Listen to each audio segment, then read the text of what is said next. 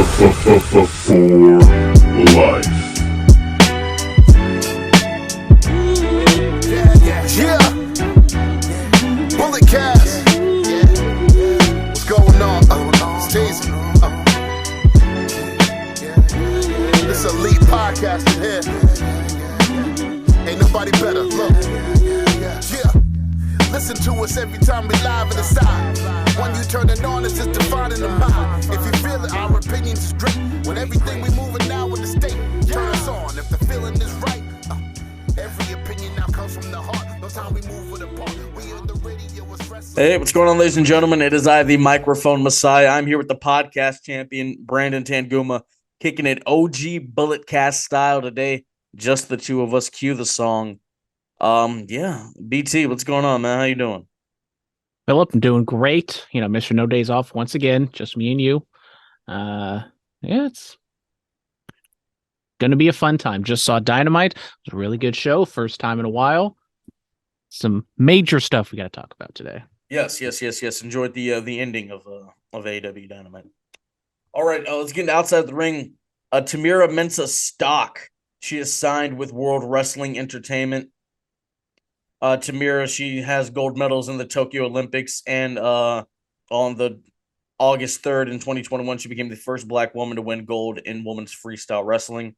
She's 30 years old. She's since retired from amateur wrestling, and she wants to step foot in WWE.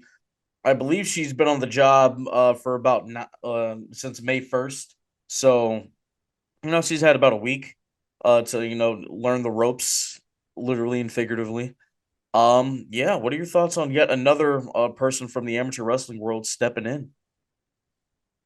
I mean, it's very fun to kind of see that. I mean, we got the ups and downs of success stories. We got Gable Steveson, who we're still kind of wondering what's gonna happen with him. I mean, he was technically a draft pick a few years ago at the last draft. We still haven't seen him compete in the ring, but she was at SummerSlam with Stevenson last year or 2 years ago, and she was very energetic. She had like a nice bubbly personality. I don't know too much about her, but it seems like if she signed, she must have some sort of passion. And she, on the women's side of things, at least, we don't really see too many like athletes kind of signing. It's usually like the swimsuit models, but Bianca Belair, kind of the notable one. She's panned out quite well for WWE. Absolutely. I mean, amateur wrestlers, they tend to fare okay. Your Kurt Angles, your Brocks, your Dolph Zigglers, they tend to fare all right. Yes, I'm excited to see what she can do. Amateur wrestlers getting into the business. You love to see it. All right, moving on from that. AEW All In has sold 60,000 tickets apparently. Good for them. That's a lot more this early than I thought it would be. I mean, obviously the early when they first announced this, people were like, well, how are they going to do? Can they actually sell, 80,000 tickets or whatever? Or are they going to have to do like a large tarping off and all that other stuff? But it looks like it's doing fairly well. Outside of the country, wrestling shows are a success. We've seen Clash of the Castle. We just saw Backlash in Puerto Rico. Where else? WWE in Montreal, So the energy is great, and I'm sure it's going to be a great night. When All In happens. What are your thoughts on 60,000 tickets sold?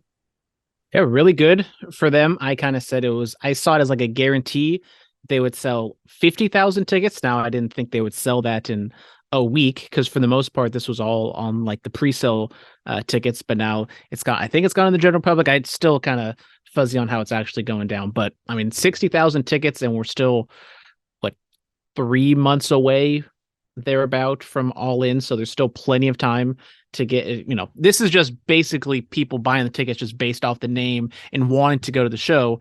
And you're going to get more people trickling in once you kind of get the names and the matchups, whether we get a CM Punk return, Omega, Ospreay, or whatever the dream match main event is going to be for this show.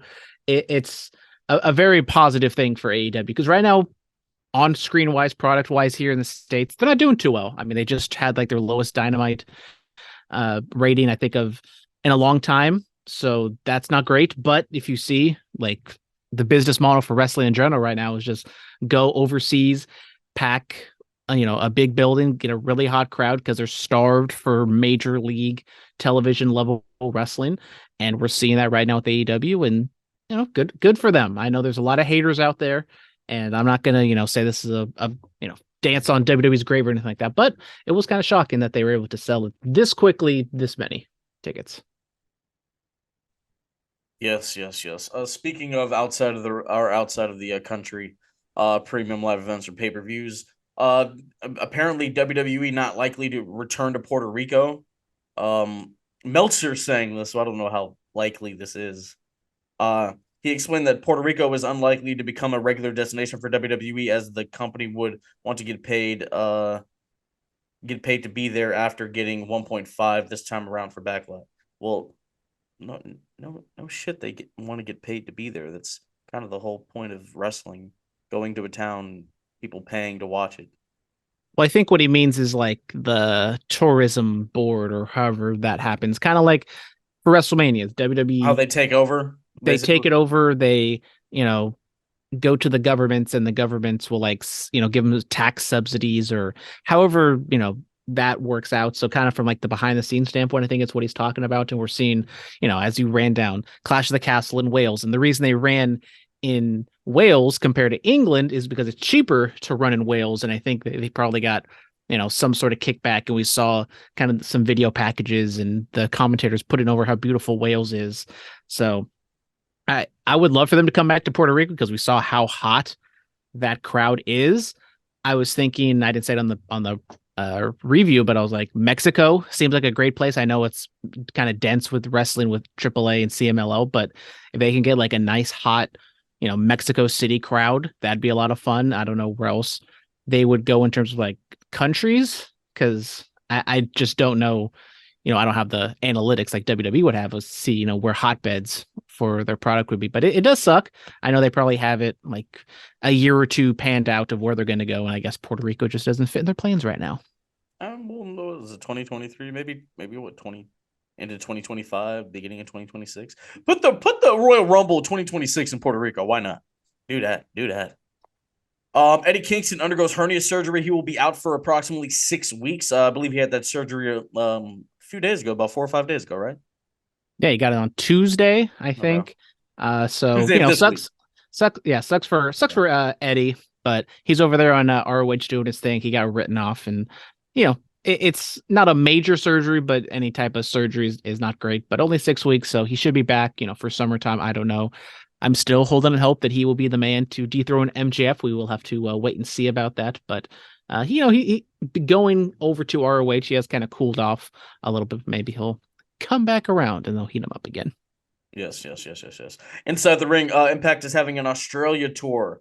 Do you have the dates there, or maybe I can grab? I mean, you think I did research before I did this, but this was supposed to be, like New Japan was supposed to be at do the Australia tour, but for whatever reason, something happened and they couldn't do it. And since Impact and New Japan have a little bit of relationship or whatever the case may be, Impact is stepping in. And look at that! Now I have the show. So they will be doing.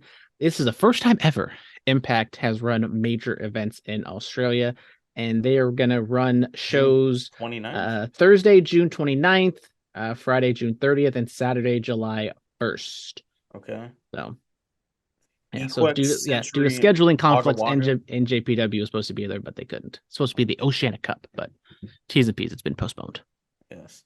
I mean, Impact's gone out of the country before. They did a UK tour, I think, 2012 or 2013. Yeah, it was like 2013. So, I mean, it looked like they did fairly well back then. Of course, it was a completely different roster, and it was 10 years ago, so a different time. But I'm happy for them. They have Trinity on the card, and I'm sure she'll hopefully get some eyes on this, and you never know who they could borrow to just have like a one-off appearance on one of these 3 shows. I'm excited for Impact. Looks like they're doing quite well, and it's I can't wait to see what happens there. Nigel McGuinness possible in-ring return. So the rumors have been going around. Nigel McGuinness, for those of you that don't know, he had multiple concussions, but also he contracted hepatitis B. I don't exactly know how he got it, but I believe it was through like a blood-on-blood transfer, bleeding in the ring. Hepatitis B, it's a liver infection. And, he retired in 2011, I believe. So he hasn't wrestled in well over a decade. Yeah. I mean, Nigel McGuinness, one of the best wrestlers on the indie circuit for sure. I enjoyed him as Desmond Wolfe in TNA. Um, yeah, man. I mean, Ring of Honor, he's a legend there, a staple there. What are your thoughts on Nigel possibly coming back? It is intriguing. Him, Nigel, and Brian Danielson will forever be linked at ROH. So it is kind of fun to see him possibly coming back. After all these years. And personally, I've seen a few things from Nigel McGuinness, but I've heard how great he was back in the day, and um, if he wants to come back, he is with AEW right now, kind of like as a commentator behind the scenes guy. And that Wembley show, he hasn't ruled it out. He has teased that maybe, I don't know. We'll see what happens, because I think they do need some sort of England, UK tie-in to the show to maybe draw in a few extra of those people. But as long as he can stay healthy, because the hepatitis was a thing, but I think it was kind of more of the concussions that were kind of adding up for him. And we've seen with the likes of Danielson and Edge and Page, and even though those are more like neck injuries, but we're seeing a lot more people kind of come back. And oh my god, the Japanese wrestler Shibata, he comes back, and he was like almost dead, and he's come back to wrestle. So hopefully he can stay healthy, and if he wants to come back, people forget, like back in the day, 10, 15 years ago, he was right up there with Danielson and Punk and could have possibly been something in WWE. Yes, yes, absolutely. We will see. We'll see if he will become one of the many that get to finish the story. Moving on from that, let's get to the fan mail, jack of all trades. I know Philip is a big Omos fan. Oh, I love Omos questions. Here we go. I know Philip is a big Omos fan, but he isn't credible enough to pose a major threat to anyone. He's taken major losses to Lashley, Lesnar, and now Rollins. I don't see him excelling if he doesn't start getting some wins under his belt, and big ones. Look, Omos is in the Bray Wyatt territory where Bray, he'd be in programs with certain people, the top level star, but it's kind of like, he's not going to win. So what's really the point? And if Omos just keeps losing, then sure he could, if he's wrestling, who's the name? If he's wrestling Dominic, and then we know that Omos isn't going to beat Dominic, then kind of what's the point?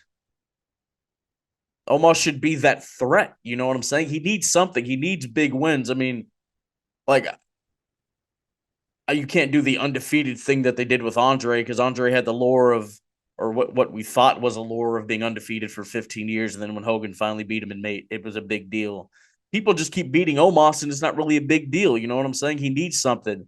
Now, like Taker, was he a big deal? Yes, he didn't matter how many times he lost throughout the year, because on WrestleMania on that one night he was fantastic.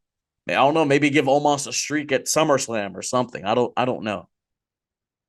Yeah, I don't think you need to push Omos to the moon and, like, as you said, have him have an undefeated streak or anything like that. But No, if you look back, all of his pretty much all of his matches outside of like those Raw squash matches have been losses. Seth, you ran them down, and he does need to, I think, get a few wins under his belt if you were still going to use him, because he has the size and the credibility. But it's like, if he just keeps losing and losing and losing, it's kind of a foregone conclusion. And it is kind of a fine line, because you don't want people to like lose to him, because then that kind of tears down their credibility. So you gotta, pick and choose kind of those mid card people, and maybe sprinkle in a top guy every now and then for Omos to beat, just for somebody else to beat him and get a little bit more out of him. But it's like, you don't want to put too much behind Omos, but it's like you can't put nothing behind him, because then he's just like, his skill wise isn't the best in the world. You need to give him a little bit of who does he need to beat for people to be like, oh, okay?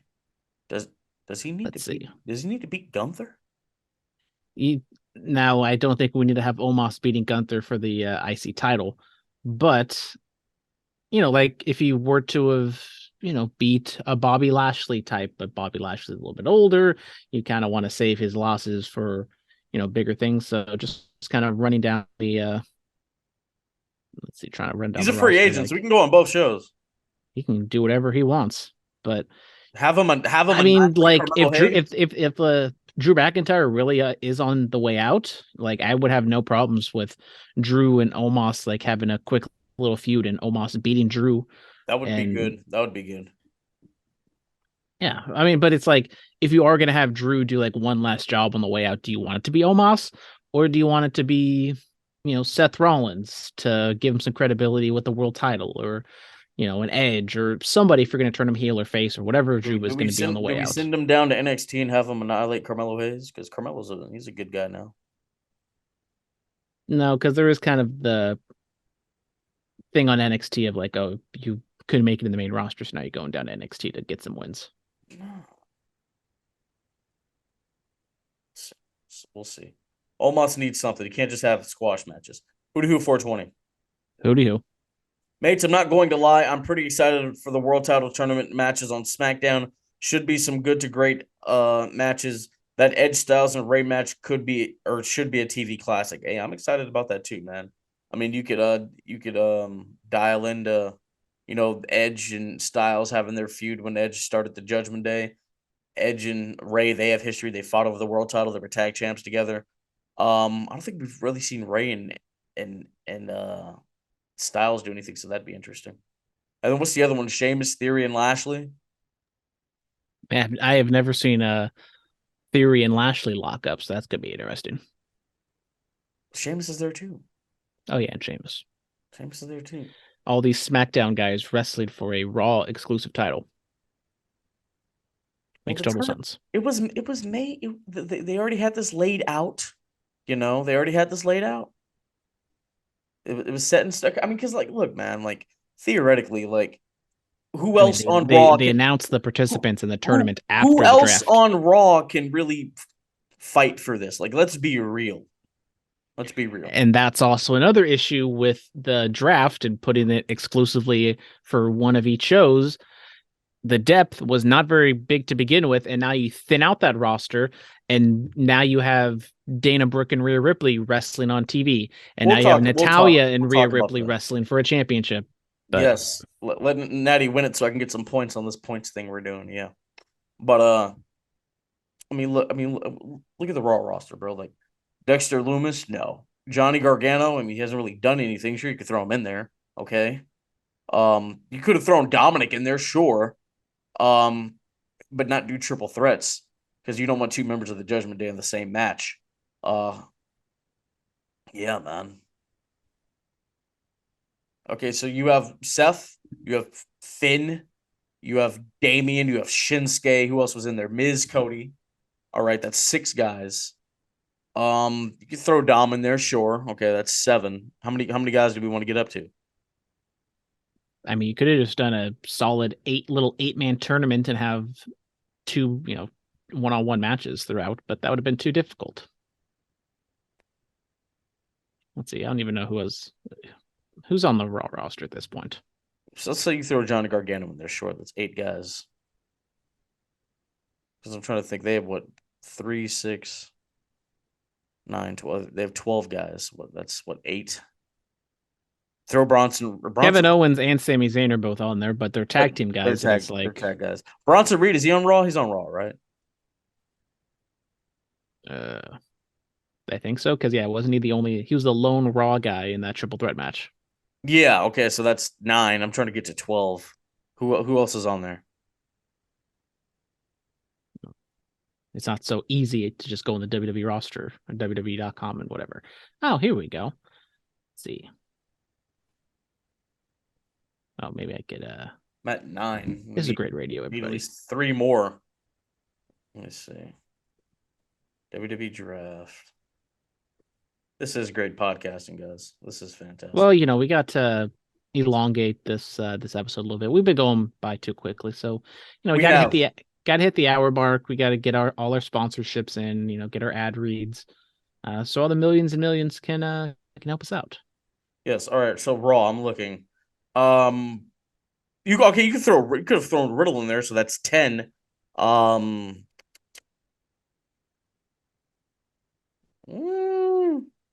And then that's where it gets what are you gonna do? Strowman's a former Universal Champion, but he's been doing tag stuff this whole time, so you can't use him. I already said Johnny. Odyssey Jones, are you really going to do that? No, you're not going to throw Riddick Moss in there. Los Lotharios, you're not throwing them in there. Hell, you could throw Jinder in there. He's a former WWE champion, I guess.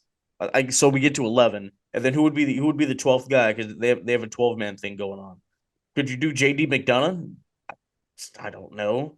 Could you do one of the members of Viking Raiders? You know, like Apollo Crews, maybe. Drew McIntyre, if he was ready to come back, then do that, or one of the dudes from Imperium, but or not even that.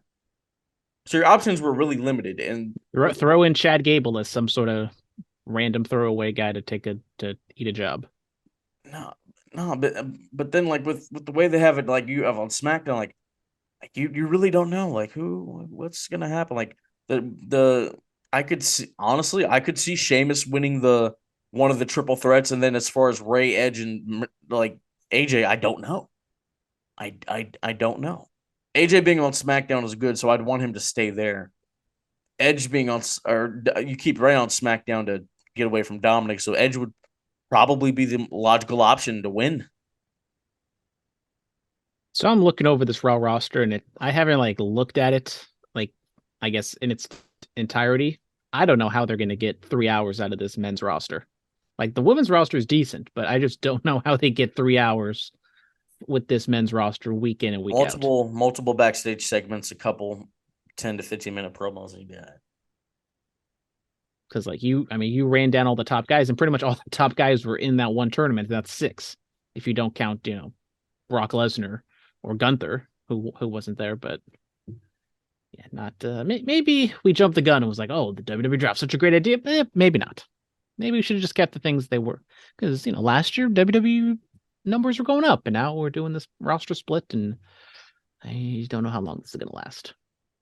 Bro, ratings don't matter anymore. It's an antiquated assessment. Ratings it's all about the demos. All about the 18 to 34 men. It's not demos. even that, bro. Look, how many viewers does Raw get per week now? What's the average? Aren't they in the high ones? High ones, Attitude Era. How many were they getting? 6, 7, 8 million, right? Mm-hmm. But now they have more money than ever, so who cares? Because the business is changing. I mean, you have what? You have the USA deal. It's almost like it's almost like it's reverting back to the territory system where the actual television shows don't mean much, but the real money. Well, technically the real money's in the television rights, but the real money is in, ticket sales and getting people to go to those big stadium shows or the Puerto Rico shows and, draining them for all their money. The TVs are advertisements for the in-person shows. The more things change, the more they stay the same. Look at that. I guess. Well, like I said, you have the Fox deal, you have the USA deal, you have the Saudi deal, you have Peacock. You have all these things. You got the cock. Never forget the cock. Yeah, you have all we crap on where we make fun of the AEW demo or whatever. Warner must think it's fine because they offered to give them yet another show, and they made their in-ring content exclusive to their brand and programming. So we shall see. Another fan mail. Copenhagen Smith is back. Love to see it. He says, couple takes. Another world title, sure, I guess. They made it work during the Ruthless Aggression era. They can make it work now.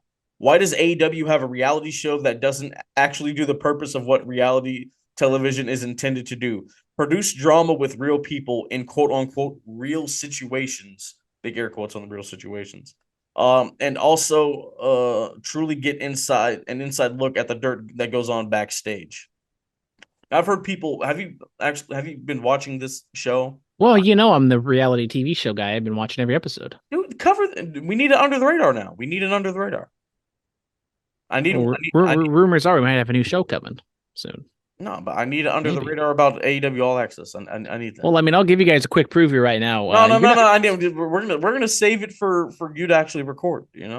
My point is, I'll just say this: I agree with Copenhagen Smith. Yeah. I mean, because I heard them talk about this on TP. This actually does make sense. You have Britt Baker talking all this trash about Thunder Rosa. Why is Thunder Rosa not there to defend herself? She doesn't even have to actually be there. You can get her. You can send her crew to her house to talk about it. Blah blah blah. And then the Young Bucks, the one thing that we want to know about, they don't want to talk about. So what's the point? Can't talk about. Can't talk, won't talk. What's the point? It's turned into the Sammy and Ty show where it's just Sammy gets a push for a little bit, then Ty complains about not getting used, and then Ty has a match and Sammy's not being used, and then he complains about not being used. So they advertised it as the Britt Baker and Adam Cole show, but it's actually the Ty Mello and Sammy Guevara show. I guess.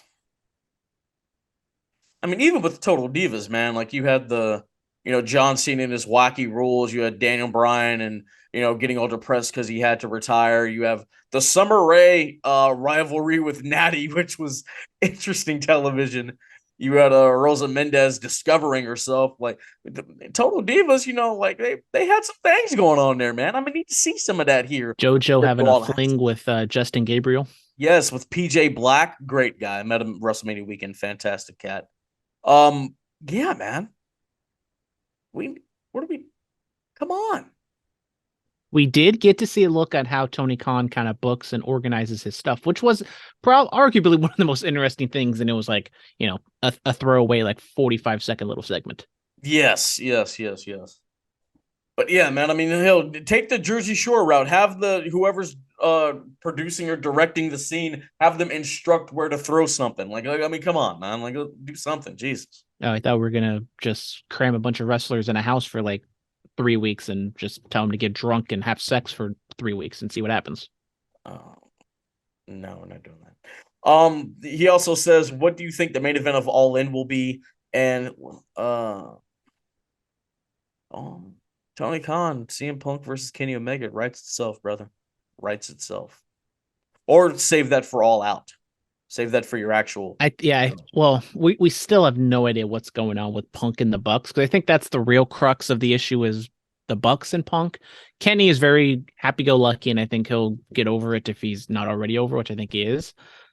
So I think because we still don't even know how this is going to work. I would assume this is a big assumption on my part that All In is going to be a part of Max, the streaming service, quote unquote, for free for us to watch in the States. And then All Out is going to be a pay-per-view. So do you have it kind of coincide with one another to where you do that CMFTR trios match with the Elite on All In, and then you turn that into a CM Punk Kenny Omega match at All Out? Get a taste of it and then do the big match a week later. Yeah, I brought up the possible Sting retirement match against MJF. You could do Ospreay and Kenny, or Ospreay and somebody else. Yeah, I don't know. Right now they don't need to worry about an actual match card because they've sold 60,000 tickets on just a show itself. But it will be interesting, after, once Double or Nothing's done, after Forbidden Door's done, we'll get kind of a clear picture on what it's going to look like. Why don't they just do like Super Clash? Why don't they just do that? No idea. You don't know what Super Clash is? No idea. It was that big like multi-territorial show. Wrestle Rock. They did. We need to get some wrestler rap songs. Yeah, here, let's see. Yeah, they did. Okay, so they did 4. The second one happened in the Cow Palace. Wow, look at that. The main event was Jimmy Snuka versus Russ Francis Jimmy Snuka and Russ Francis versus the Terrorists and the Mercenary. Jesus, the 80s were a wild time. But yeah, so basically it was just a big multi-promotional or multi-territorial show. I'll say you do that, man. Like pull guys from NJPW, pull guys from Impact. Hell, let's have Trinity versus Jade Cargill for one night randomly. Why not? Just make it a giant super show. Let the actual stories be tied into All Out. And if there's not enough room to finish some stories on All Out, then you finish them on All In. Like you could do an All Atlantic Championship match at All In. You can do that. Or an international title match at All In. You can do that. I wonder if All In might be almost like a New Japan type card where it's a lot of tag matches, not a lot of... there'll be good matches, but not top tier singles matches. And then maybe that's where All Out comes in, and that's more of a, blow off feuds. Possibly. Possibly. As I type. Let's see. He also says, and lastly, Backlash was fun. Bad Bunny, what a talent. Would love to see him full time. That would be something. Dude, it's really like we're really living in a world where the biggest recording artist is is having wrestling matches. That's like, I don't know, that's like Michael Jackson during the bad era wrestling the Macho King. Like, it's just what? Like, what's going on? Like, what's happening? Or Eminem stepping in during the Attitude Era. Eminem with Thugonomics John Cena? Hold on now. So let's have a conversation real quick about like big stars and all this other stuff. Does Bad Bunny pass the grandma test? Is this a quiz or is No, like, there... does he like if I were to ask my grandma, do you know who Bad Bunny is? Like, is she gonna say yes or no? Like, that's, I already know my grandma's not gonna know who he is. But like that was kind of, bad like Logan Paul is like a certain star, like yeah, he's a social media star. yeah. Bad Bunny blows him out of the water because you have No, to think like Bad Bunny, like I think to us, you know, like on this podcast where we're not Spanish speakers, like we know who he is, but he like covers Mexico, Puerto Rico, you know, everything south of the American border pretty no, much. yes, absolutely. But my whole point is like I guess like that's a like grandma test is a thing. Like if you ask your grandma or ask a grandma who a certain star is, if they know them, then I guess they've hit like that level of like everyone knows who they are. Do you know what I mean? And I mean, It he's at the like, point where he's like he's dating Kendall Jenner, so it's like he's famous by association too now. Like yeah, people who know the Kardashians know who he is. that's so he'll get that, he'll get the Kardashian fans, fame. But yeah, like that's a real thing. Like, like everybody knew who Michael Jackson was. Everybody knows who Madonna is. Everybody knows who Prince was, and Luther Vandross and guys, people like that. You know what I'm saying? Like people who were just stars, like people you just knew who they were, even if you didn't pay attention to what they were doing. I mean, it just goes back to Mr. T and Mike Tyson, arguably the two biggest celebrities at the time. And like, well, Mike Tyson was he was like in this weird spot where he was kind of like on the back end. He was at the tail end. Yeah, he was coming off of the rape charge and everything like that. But I mean, Mr. T, height of like the a fame. star, 18 was still going strong, I believe. And they had Liberace at the height of the fame. It's just it's one of those things where you have to ask. You know what I mean? Like, honestly, I'm gonna be real, bro. I didn't know who Bad Bunny was until he showed up here. I'm gonna be completely honest. I know people are gonna be like, "What?" But like, yeah, like I was like, "What the fuck is a Bad Bunny? Like, what? Like, who is that?" And then he showed up and he impressed the hell out of me, and he's continued to do so since. Now, I've known who Logan Paul is just because of I've seen the recommended videos and all that other stuff on YouTube. But you see what I'm saying? yeah, Phil's been jamming out to Chambea for the past 4 days now. Dude, brother, hey, I really have Chambea. That joint go, bro. It really do. That thing is hard. You feel me? Oh my god. Ric Flair's in the music video. Yeah, he was. He is in the music video, huh? Oh man. Let us know, guys. Might have to bring back the Brown Power ranking just so Bad Bunny can get a spot on there. I know you had it one time, guys. Let us know. Does Bad Bunny pass the grandma test? Ask your grandmothers if they're still with us, or an elder relative, and ask them who Bad Bunny is. If they know who he is, then he has that other level of fame.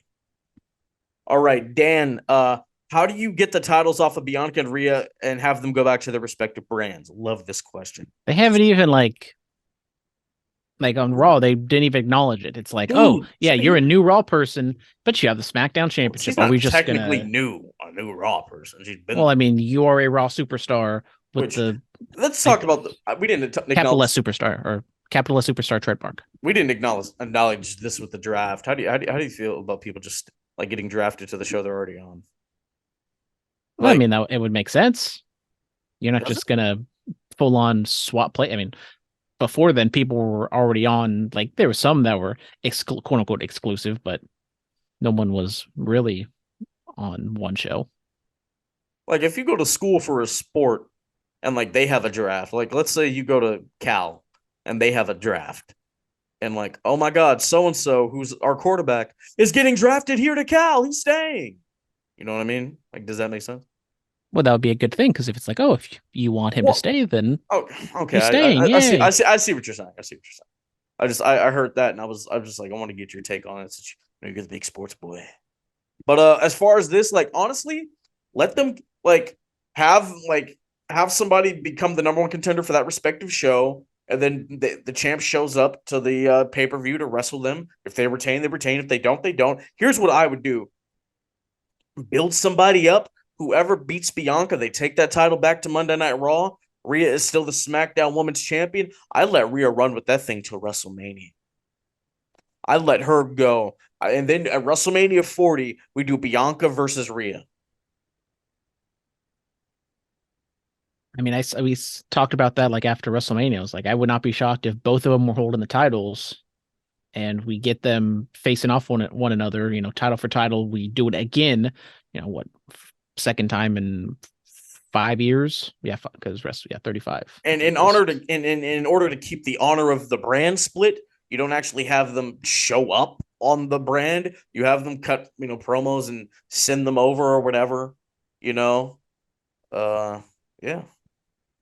But I think once we get to the big four, SummerSlam, Survivor Series and Royal Rumble, I think we'll get like a little bit lenient on the exclusive brand split because, every now and then there's like the big attraction match where they have, Brock Lesnar and Goldberg and they leak over.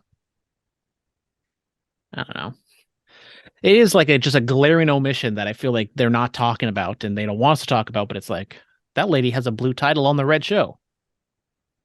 We're not it's not like they didn't talk about it. I mean, she was announced the SmackDown Women's Champion, but Samantha Irvin is doing a fantastic job, by the way.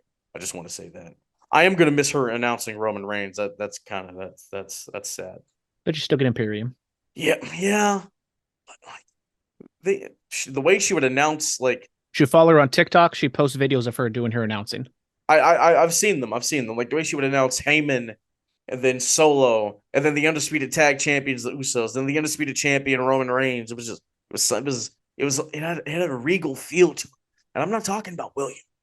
There's something about it that's just it got you there. All right, Monday Night Raw. So the triple threats happened. All in all, Seth Rollins, he won his triple threat. Finn Balor won his, and then they went to have a match on Monday night. Rollins advances to the finals of the World Heavyweight Title Tournament. They did a callback to the spot from SummerSlam 2016 with the buckle bomb onto the barricade, but Finn did it to Seth and was like, "Yeah, it looks familiar, don't it?" That was a beautiful callback. I love that. What are your thoughts on Rollins going to the grand finale? We all kind of knew this was happening. It was the obvious choice, but sometimes the best choice is the obvious choice. I thought they could have just saved the Finn and Rollins match for like next week because presumably they're going to have 2 weeks of television time to fill. And I just thought it made a lot of sense to have, Finn and Rollins have a, main event singles match for 20-25 minutes, fill up that time because now let's just say Edge is the winner on SmackDown. And are they going to already, quote unquote, break the brand split and have them on each show cutting promos on one another? Or are they just going to stand by themselves and have a Trish Stratus promo and talk for like 10 minutes and then that's it? So I felt as though that was kind of rushed, but like the matches themselves were okay. And the obvious way to get Cody out of this. Here's how you avoid breaking the brand split. You have them meet up in a setting that's outside of the arena. That's how you avoid break. Have them have a sit down at like WWE headquarters and have Corey Graves, conduct the interview, like the way they had Austin and Rock sit down before their big match. You know what I'm saying? We can do things like that. Why not?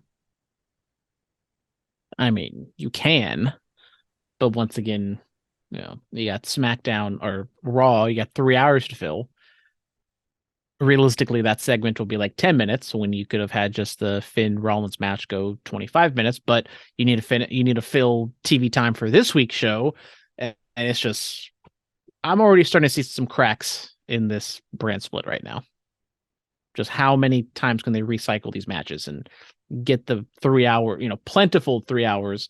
And I think we're going to see that third hour kind of go. Well, it's always kind of been like a death sentence for stuff, but I think we're really going to see that, 3 or 2 and whatever 3 hour to 3.5 hour mark just be nothing. Raw's been 3 hours for like 10 years. That's crazy.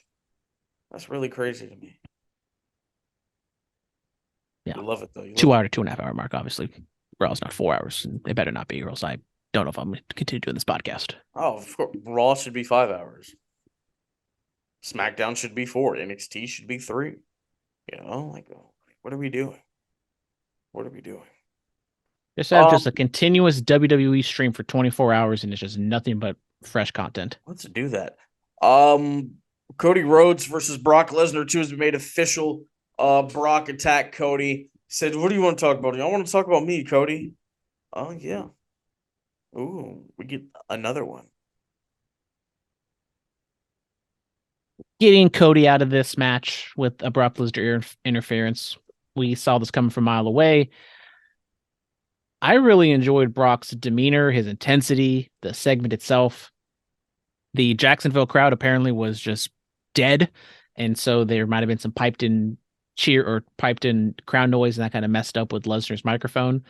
But I thought Lesnar was fantastic here. I mean, people might dog on him and not think he's like the best promo, but if you give him something and he can just be intense and just, talk crap and look like a monster killer like he was in the segment, I thought he was really good at it.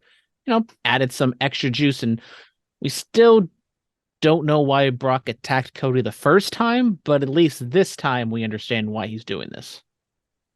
Yeah. Have you seen the Brock Lesnar Cody Rhodes Red Dead Redemption render match graphic? I did, because you can see it at the Bulletcast on Instagram. Yes, fantastic. Love that. Shout out to I need a Red Dead Redemption TV show on HBO Max. I am LNG. Shout out to him. He does great work. I'll follow that guy. Red Dead Redemption, man. I played the first one. Didn't play the second one. Are you a Red Dead Redemption guy? Played the second one. Did not play the first one. Oh, wow. So we have to swap then. Exactly. Oh my god. Oh my goodness. Oh my god. I never did the missions. I just kind of did the free roam. Kill some things. Basically like GTA, just go around killing people, riding. Riding on your horse. Riding on a horse. Yeah. Something porch. Yeah. Oh yeah, what was it? What was that song? Riding on my horse.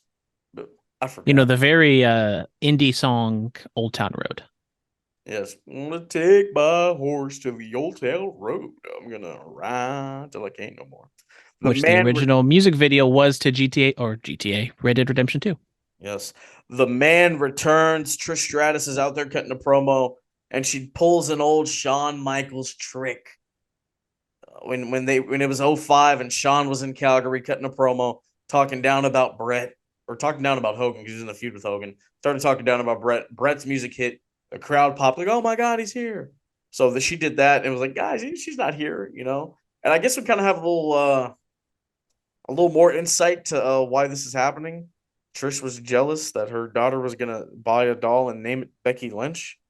Then Becky's music hit again, and Trish's like, "Oh no, guys, it's over. It's over. The joke is done."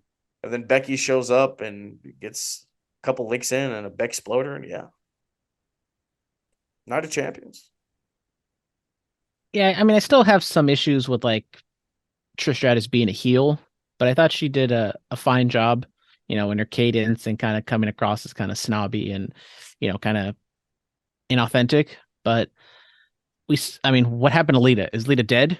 I know she has a bad neck and she got hit in the back of the neck, but I mean, where is Lita? I need to know. We know where Lita is. I gotta hop on Bart, go to SF, and look around and see if Lita's okay. Hop on Bart, dude. We'll just drive. I'll drive. I'll actually drive this time. Oh, okay. Yeah.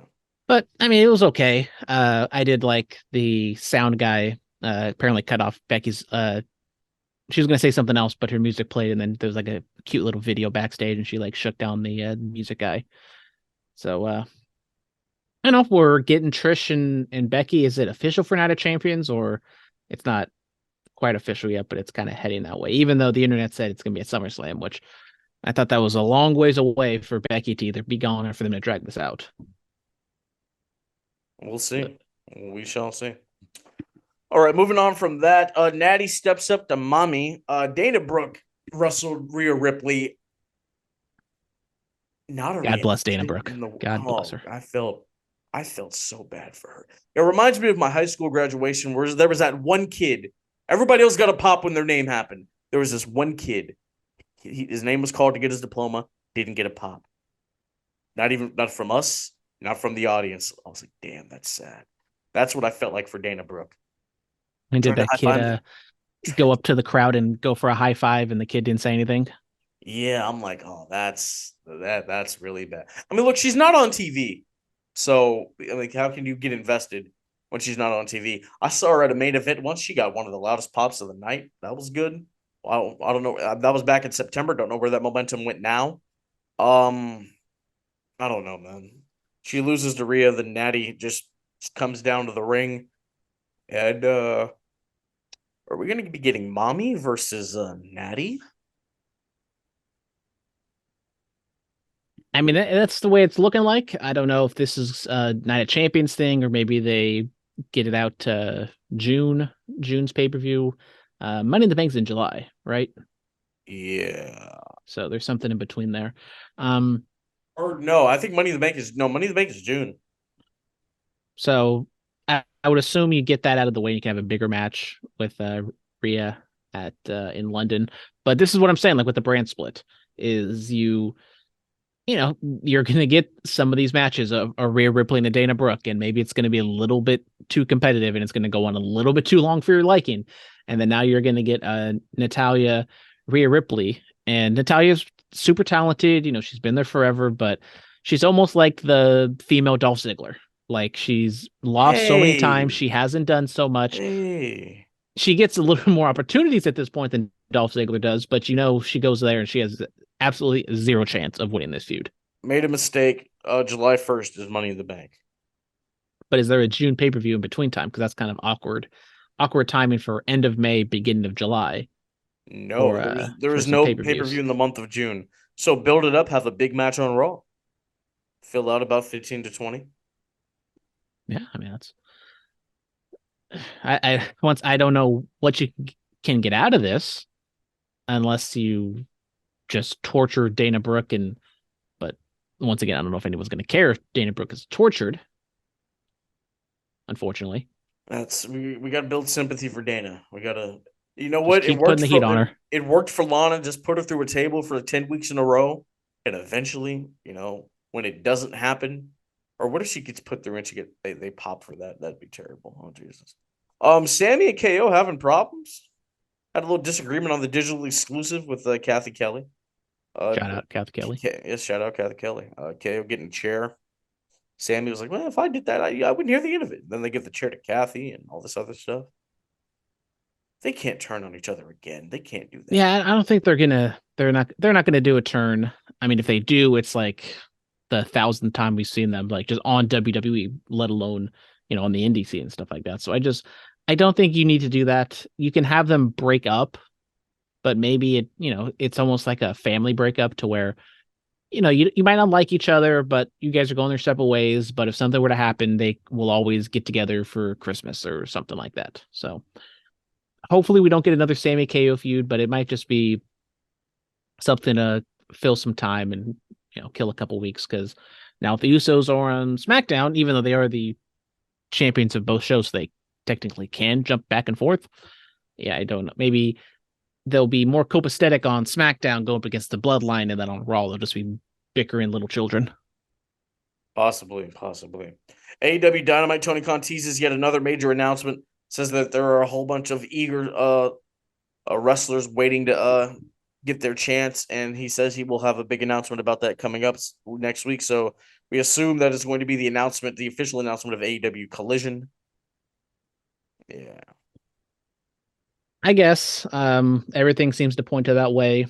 I still wonder and question how successful this show can be, even if it is the CM Punk show. Saturday during the summer is going to be real tough. We already seen what's going on with the Rampage, and there's no dark elevation, so where do all those like very low level wrestlers go? Do they go on Rampage? Do They they go to Ring fill of out? Honor. They go to Ring of Honor.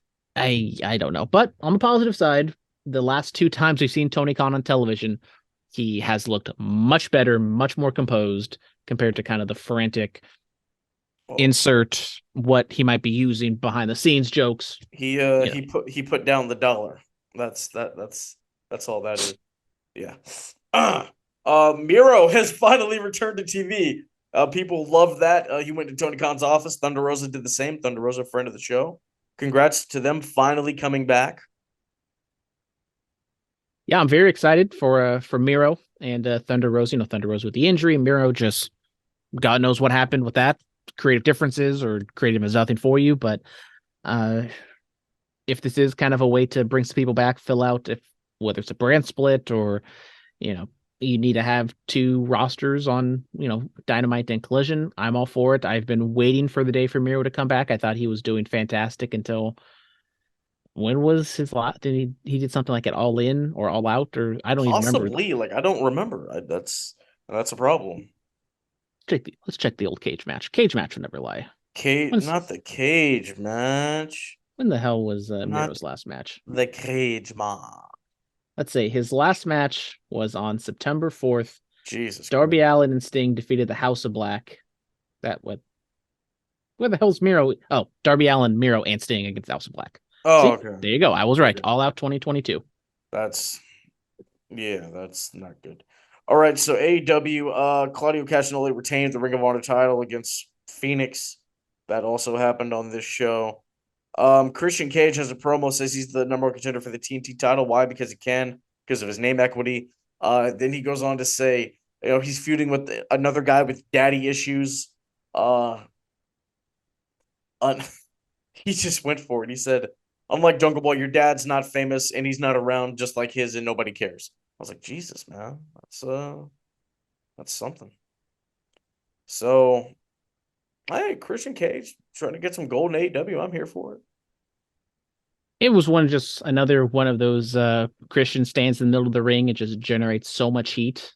We got a Edge was better than you chant, and he was getting, he did a little bit of the cheap heat stuff, but it was just Christian just being a despicable person. Buried Arn Anderson. Yeah, buried on her. I mean, didn't he do like kind of the same segment when we were there at the Cow Palace, just standing there and just talking all the ish. He's been doing those since he turned heel. I mean, yeah, he told Arn. He said, "Yeah, Arn Anderson. What did he ever do? I'm actually a former world champion." I was like, "Ooh." Yeah, and he's like on that level, like a little bit below Trish and Edge, where he's a legacy name, but people aren't like super in love with Christian to where how could you not be? They will just boo the hell out of him, and they do not. And Christian's like super talented and really good at that type of character as well. So it's not just that people don't care about him or don't like him as much as Tristan Edge. It's like he's really good, and people will lose themselves and just boo the hell out of him. So I hear time and time again that wrestling Christian was like a night off because of how good he is on the ring. How can you people not love Christian Cage? He was the whole going to Impact and TNA and revitalizing career. He started that. Come on, man. Y'all put some respect on this man's name. You know what, Christian? Go ahead and beat Wardlow. Christian should be the TNT champion. I do wonder if if Christian regrets maybe a little bit going to AEW. Like he could have got the bag, been in WWE, maybe not been as big of a deal as he is in AEW compared to WWE, but gets a pretty hefty deal, doesn't have to do too much. And like creative kind of sometimes has nothing for Christian over there at AEW, but I don't know what kind of offers he was getting, but he could have been with Edge. They could have had like the one last tag team match together, could have done some Brood stuff. So the tag title's on him for a quick second. Kind of wonder about that. I don't know. We'll see. And never say never, brother. Never say never. All right. Moving on from that, Julia Hart. Her entrance is great. I love it. She defeated Anna Jay or Anna JAS in a no holds barred match. I love it. I mean, it was a fine, hardcore match. Didn't get to like that John Moxley level or the Mellow Soho tag match level, but I mean, it was okay. I kind of wish they did a little bit more of kind of explaining to the Dynamite audience what's going on here. They just said like, oh, they're really good friends. They used to be really good friends, and now they're fighting. That's explanation enough. Cool. Thank you very Apparently. much. Apparently, it's explanation enough, man. Yeah. Like I said, like Julie Hart's entrance, I thought it was fun. Now there was an open house match, or this is a something. Yes, it was the House of Black going up against Best Friends and Bandito. Lights were blacked out on the audience. Ring out count was 20. I liked it. Yeah, it was different. I like the darker lights, the blacked out lights around the ring. NXT was doing that for a little bit. And it was kind of in Evolution. They kind of had that same vibe of just very dark. And I think Tony Schiavone pointed out like, oh, this is a throwback to the 70s. So I like just that. I like that aesthetic of it. And the match itself was really good. I mean, House of Black and, Best Friends with Bandito, or sorry, Best Amigos. Yes. Evolution, you said? Is it a mystery that no one sees? Yes. No, you're not going to Not going to finish the lyrics. I listen to Evolution song every single week. I know the lyrics. You listen to it every single week, huh? Every single week, either Friday, Saturday, sometimes Sunday. Oh, really? All right. Yeah. Okay. All right. Yeah. Hold on. Yeah. Obviously, Phillip doesn't listen to the end of Curveballs and Chair Shots. Brother, I listened to that show one time, and that was a long time ago. Damn shame. Not even gonna lie to you. Well, if you guys would like to, we have a new type of show coming out on the YouTube. We did a tier list of the WWE theme songs. Since you boys working this weekend, we aren't going to get together for a regular episode. So, if you like to see our beautiful faces and look at me fumble around the Are you ready? The MacBook, Curveballs and Chair Shots on YouTube. Are you ready? So, Evolution is a mystery, full of change that no one sees.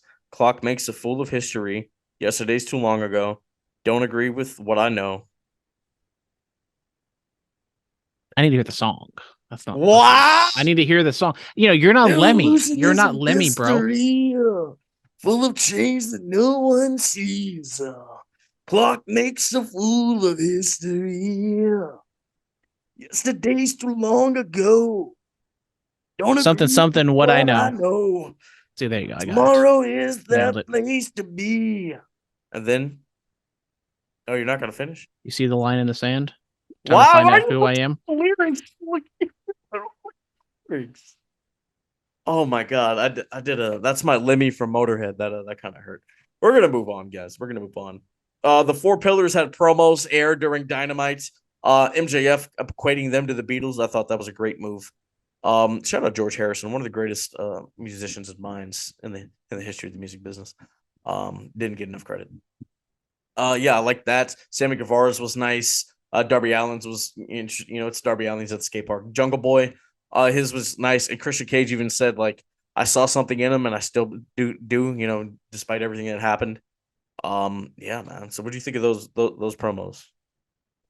I really enjoyed it. With 3 television shows left, including this one to fill out. You aren't just going to have them sit there and all talk in a corner like they've been doing the past month. So I thought this was a nice change of pace. Everyone gets their own little talking segment, builds it up a little bit. So, and sometimes when they do those 4 pillar promos together, they, especially like a Jungle Boy and Darby Allin, sometimes they come across a little too heelish. So I thought keeping all of them like in their own element and doing their own type of promos, I thought it was really nice. Sammy Guevara's one was a little bit weird because he was very, very like not over the top, but a lot of babyface vibes from him. And I think I heard something that possibly they're trying to turn him babyface. And I don't think that's the right way. He's much better as a heel, but his promos seemed very babyfacious, vicious. Easy for me to say. Okay. I see, huh? I see there, boy. All right. Moving on from that, the main event, it was Jon Moxley versus Kenny Omega. I think they said this is the 4th one-on-one meeting between the two since Moxley showed up at the end of Double or Nothing 2019, which Brandon and I were there for. Yeah, steel cage main event. There's a barbed wire chair. Crazy spot. The V trigger through the cage and like Omega's leg got caught. I was like, oh my god, that looked brutal. So in AEW steel cage matches, like when your feet hit the floor, it's not over. No, as it should not be, because the cage should keep everybody in.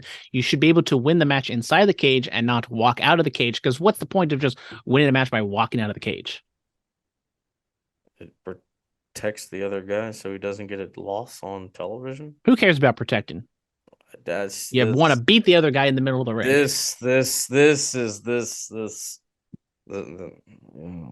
Match was very hard hitting. It was fun, enjoyable. You had the Young Bucks and Blackpool Combat Club fighting on the outside, so kind of rank them off. Still Bryan Danielson on commentary is great. Have to say that. I mean, yeah, he's great. He's, after early in the year, he was kind of using up his bump card, wrestling everybody every single week. He's taken a step back. I don't think he's wrestled since Evolution. So he's been fine. No Hangman Page yet. Still kind of waiting to see. I thought maybe they were going to tease him returning and kind of saving Kenny, but that did not happen.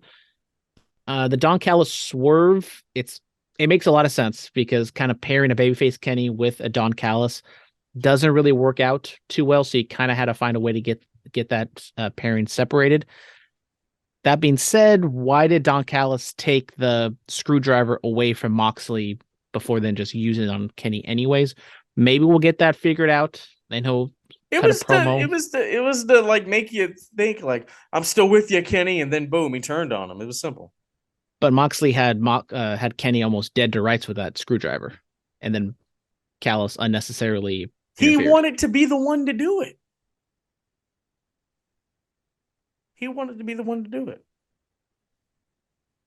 Once again, I am sure we'll get some. And I thought Danielson played it off perfectly because from what it seems right now is the BCC had no idea that was going to happen. Don Callis acted on his own. This was not a full-blown plan because, I mean, he got his head split all the way open, so that would make no sense for him to be with the BCC. But got to wait, next week, I'm assuming we'll get a Don Callis promo.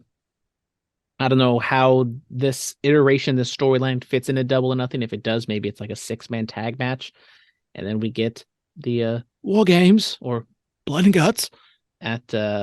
what about the match beyond? No. Whenever that seems to take place. I don't know. We'll see. We shall see. All right, we are going to wrap it up here, but I did like the end of Dynamite. I love Jon Moxley, just bleeding, kissing the camera. I popped for that. Yeah. Ladies and gentlemen, there's wrestling going on this weekend. I know Best of the West is happening Saturday, but Friday, 2 massive shows. So I'm going to read them off to you. Big Time Wrestling presents Hard Times. Go see Viva Van, the BTW Women's Champion, defend against Alex Garcia. Big Fonz against Drake Frost. You have Eddie Cuervo against True X. Eliza Hammer versus Black Swan. The Motor City Machine Guns versus the Freaks. I assume that will be for their tag team championships. Shane Cody's final match. It is his retirement match. Shane Cody's a longtime friend of the show. He and a mystery partner will go up against Kakameng and a mystery partner of Kakameng's choosing. And, oh, my God, Jacob Fatu, Big Oos, my family, is going up against the Battle King Dave Dutra. That's going to be phenomenal. But, ladies and gentlemen, you get to see Jacob Fatu wrestle twice in one night. Or if you're lucky. Because Oasis Pro, Culture Deep, it is going down. Go see Cliff Hendricks and Tomiko Fatu go up against THC's Dante Daring and Chima. Matt Vandergriff versus one of the Oasis Pro coaches, El Mago. You have, oh my God. You have Jin Savani going up against Johnny Robbie and Abigail Warren. That's going to be great. Loverboy Leo has an open challenge. Titus Alexander versus Jordan Oasis. G-Sharp versus the King of New York, Jay Bougie. We also have MPR with Victor Von Richter going up against the South Pacific Savages. Jacob Fatu, Journey Fatu, and Juicy Finale. Not to mention a surprise WWE superstar, a former WWE superstar, will be in the building at Oasis at Gilman Brewery this Friday. All I can say is it's going to be cool. Thank you guys so much. I hope to see all of you at Oasis this Friday. If you can't make it, go over to BTW. They do a great job too. Thank you guys so much. Stay clean, stay strong, stay safe. Be safe and stay dangerous. Yes. It was the feeling when we live on the stage. And everything we do, turning the page. Nobody doesn't like us. The feeling when we move, we are excited. Elite podcasting. I know you like it. Yeah, the Bullet Cast. Fearless. The Bullet Cast. Fearless. The Bullet cast, fearless. Elite podcasting, we on. The bullet cast now, fearless. The bullet cast now, fearless. Elite podcasting, no we on. Elite podcasting, no we on.